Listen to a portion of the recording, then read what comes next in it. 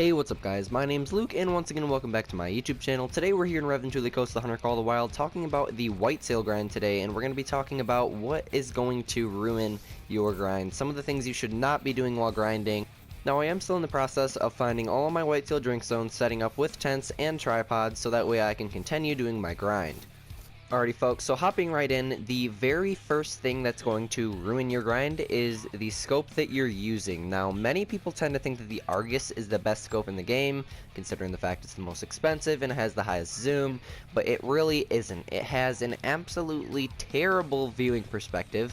You can only see what's in the scope and nothing else around it. The Hyperion is a much better choice. I'll actually grab the Argus for you, so that way if you haven't bought it yet, you know exactly what you're going to be looking at. Let me know down below, guys, do you think they should add more scopes to the game? And if they do, should they be like the Hyperion going to make it? He definitely could, but like I said, I've only been grinding whitetail for 2 days now, and I haven't even really started shooting. I only have 1 kill, and it was that massive level 3 we took down in the live stream the other night. But the way his estimate looks is screaming diamond to me. The 233 is really what's changing my mind, because their diamond is 251, I believe. 255, maybe. And here's what you guys are looking at for scopes. Like I said, the Hyperion has a much better viewing perspective than the Argus here, which is on my 300. You cannot see hardly anything, but the animal does appear much larger. So that's one of the plus sides. The sensitivity is much faster. It's going to be a lot harder to switch between shots. Just stick with the Hyperion. Unless you like the Argus more personally, over 95% of the Call of the Wild community uses the Hyperion. It's generally up to you, but I highly recommend that you use the Hyperion. Now, if this deer will stop moving, possibly, that usually works pretty well. I am using the grunt call. Okay, now he's facing this way. I think they realize. Let's try a bleat. One more grunt.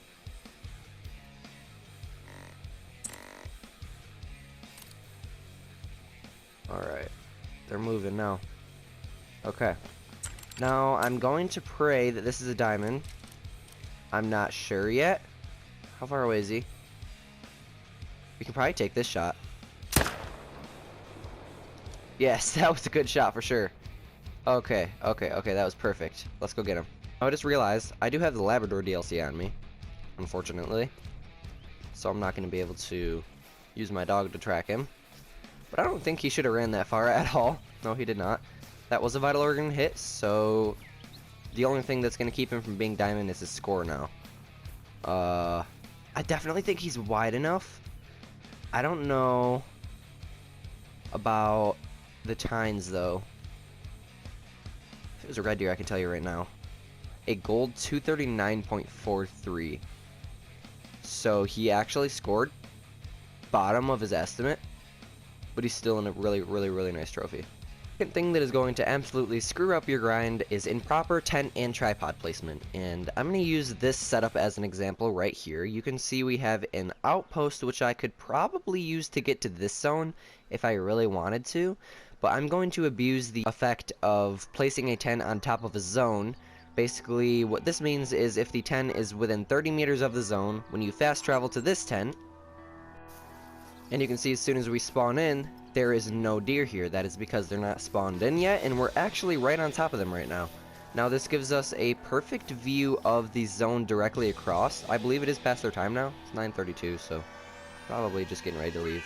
This is the other zone right here. This gives us a perfect 136 meter shot all the way over there to that zone.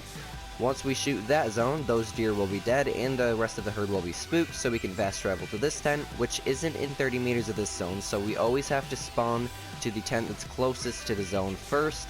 We're going to come over here. Now, as you guys can see, we're over here now on the map, on the other side, and this is the zone that we were just on top of, shooting, quote, shooting at this zone. If I was grinding, I would be over there in my tripod. I have a clear perspective on every one of these deer. I can take down 2 really nice bucks if I wanted to right now. Within proper tent placement is spooking before spawning. As exampled right here, we spawned in, we had no clue these deer were here, and now they're spooking. That is because the tent is within 250 meters from the whitetail, and every time we spawn in and out, it is spooking them. Now to resolve this, it can be quite tricky. I actually removed the tent from here. I think I'm going to put it back though.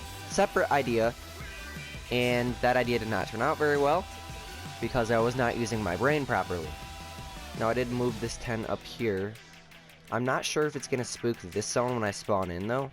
That's definitely another step of tent placement, is experimenting with things, so we're going to have to try that at the next rotation. My plan for this zone is going to be eventually put a tripod right here when I receive more money. Obviously we're very low in money because Great 1 grinding costs an insane amount of money, and we did just move right from the red to Great 1, which I did just spawn, and the video is linked down below if you guys want to go check it out.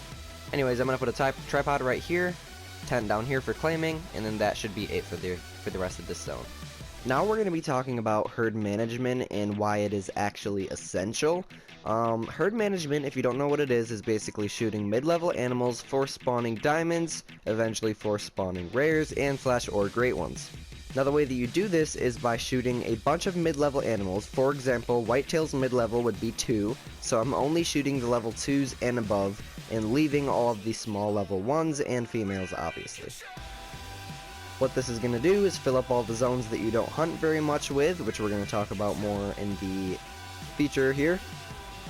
And once you get far enough into your grind, it's going to come down to probably 7 or 8 zones, and you're going to consistently shoot deer out of those zones, mid-level animals only, and eventually your Great 1 will spawn out a lot quicker than averagely hunting. Now it isn't proven, it's only proven that it makes the grind more entertaining and fun because more diamonds show up, more rares show up. But I definitely think that it helps with Great 1 grinding in general. I think it can spawn the Great 1 faster, in my opinion. Therefore, herd management is basically essential no matter what grind you're doing. And lastly here on the list is hunting way too many zones at once. Now, when Great 1 grinding, everyone wants to shoot every zone, so that way they can spawn the Great 1 faster, because obviously the more zones you shoot, the more kills you can get. Now, unfortunately, it is not fully possible to harvest every single zone, so what I want you guys to do is, kind of like herd management, go through, take a look at your herds, study your herds, look at what herds have the biggest deer, the most males, the most deer in herds in general, set up at those zones only, leave the other zones until you have the amount of cash or the enough tents, or maybe the extra time to just go through and shoot absolutely everything. Now you do have to still find every last one of your drink zones, otherwise respawns will not work. And the good thing about the way that respawns work is that once you have found all your drink zones, let's say for example this level 2 right here, he will come back in no other zone but this zone. So you don't have to worry about him respawning on the other side of the map and possibly a zone that you don't hunt in. He will only come back in this zone, either smaller, bigger, rare, or Great 1.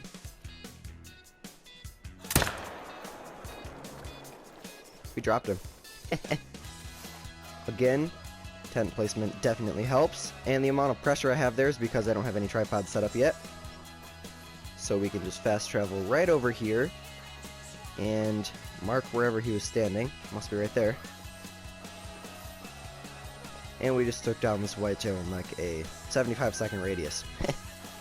But anyways guys, that is going to wrap up today's video. If you did find it helpful, let me know down below by smashing that like button and subscribing. It is much appreciated, and it does help out a ton with YouTube algorithms. Now the #1 best thing that you guys can do is share the video with some of your Call of the Wild community friends, so that way I can get more notice in the Call of the Wild community and put my skill to its full extent.